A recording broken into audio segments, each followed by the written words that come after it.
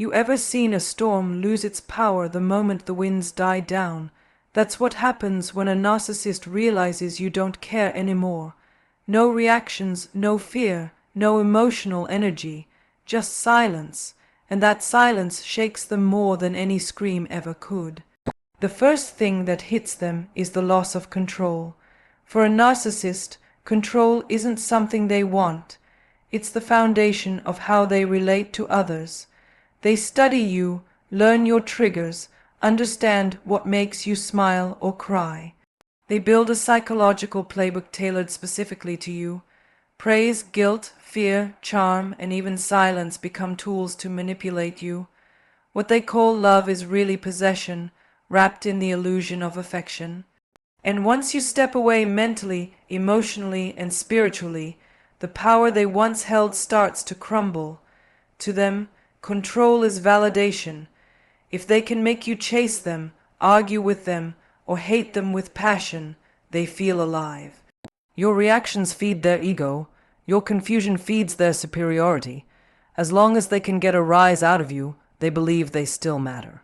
But when you stop reacting, stop explaining, defending, or justifying yourself, when your silence becomes consistent and unshaken, that illusion of control collapses, and it doesn't fall gently, it crashes violently inside their mind. They sense the shift long before you think they do. They're tuned into power dynamics, especially when the power starts slipping from their hands. They may act like they don't notice, pretend not to care, but behind the mask, they're panicking. Why aren't you begging, arguing, or checking in? Why aren't you falling for the same hooks? They replay conversations, study your new stillness, and for someone addicted to control, that stillness is terrifying. So they try to regain footing. They'll say something cruel or passive, aggressive, something that used to get a reaction. When you remain unbothered, they feel exposed and weak, feelings they work overtime to avoid. Their identity is built on being untouchable, admired or feared, but never ignored. Indifference is the signal that their game is over. They don't reflect on their actions or consider what they did wrong. Instead, they wonder how they lost the ability to keep you hooked. They blame you for becoming cold or ungrateful because they can't process that the problem was never your devotion.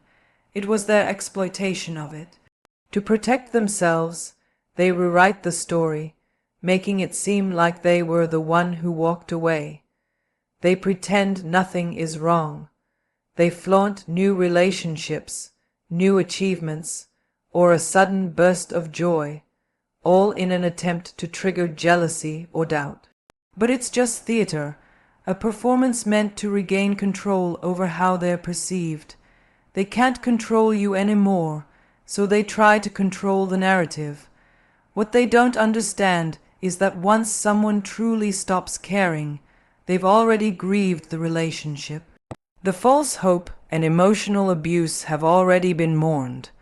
What remains is clarity, and clarity kills manipulation. They didn't just lose a person, they lost the illusion that they were ever in control. When they realize they no longer affect you, they often erupt into rage or retreat into icy silence.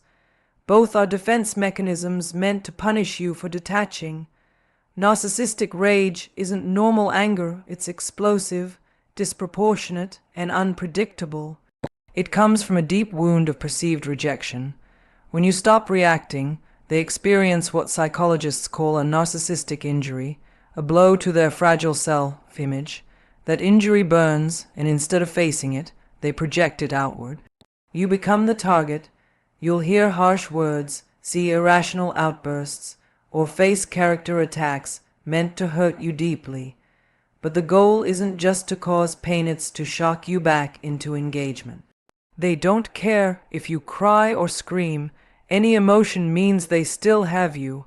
If rage doesn't work, they switch to cold silence. This isn't peaceful silence, it's punishing silence designed to make you feel invisible or unworthy. They want you to feel abandoned so you'll return to the familiar chaos. This silence is a power play meant to provoke insecurity. They believe that if they withhold affection long enough, you'll come crawling back. And the back and forth between rage and silence creates a psychological trap that makes people question themselves. But once you truly detach, their rage becomes noise, and their silence becomes space. You see through the performance. When all else fails, the manipulation becomes frantic, disorganized, and fueled by desperation. They may return to love bombing, sudden kindness, nostalgic memories, or emotional confessions. They'll say things like, "I've been thinking about us," or "I didn't realize how much I hurt you." These aren't reflections of growth, they're attempts to reset the connection. They need you to respond. If love bombing doesn't work, they turn to guilt, reminding you of everything they claim they did for you, twisting history to make you doubt yourself. And if that fails, they shift into victim mode. They'll tell others you abandoned them. They'll try to control the narrative outside the relationship, since they can't control what's happening inside it. Throughout this chaos, there's urgency. They cycle through tactics rapidly: love bombing in the morning, guilt by afternoon, silent treatment by night. Not because they care, but because they can't function without emotional supply. They don't know who they are without someone reacting to them. Inside, their ego begins to collapse. Their identity depends on admiration and control. When you stop feeding them, it's like pulling the plug on their sense of self. They rely on illusions of superiority and charm, and when you detach, the mirror breaks. The truth becomes unavoidable. They're not as powerful or as necessary as they think, but they can't show vulnerability. Instead, they lash out, blame you, or rewrite the story to protect their fragile ego. Sometimes they obsess over you, not out of love, but because they need to win. Your peace becomes proof of their failure. Your silence feels like erasure.